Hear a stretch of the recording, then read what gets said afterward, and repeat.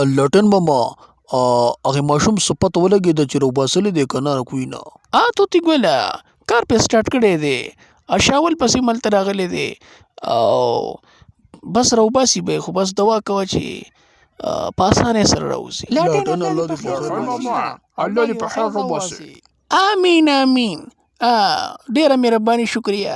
دوستانو ډیرو خلکو پکې خپله مرسته وکړه. ضمیر خان ضمیر پکې مو زیشان دي او دغسې نور سوشل ورک سوشل میډیا والا هغوی راغلي وو او دغې ماشوم دپاره چې دا ماشوم راښکلی شي.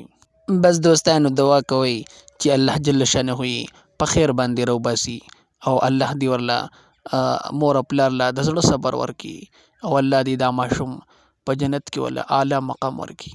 آمین. لټنه هغه ماشوم الله به بخښلی.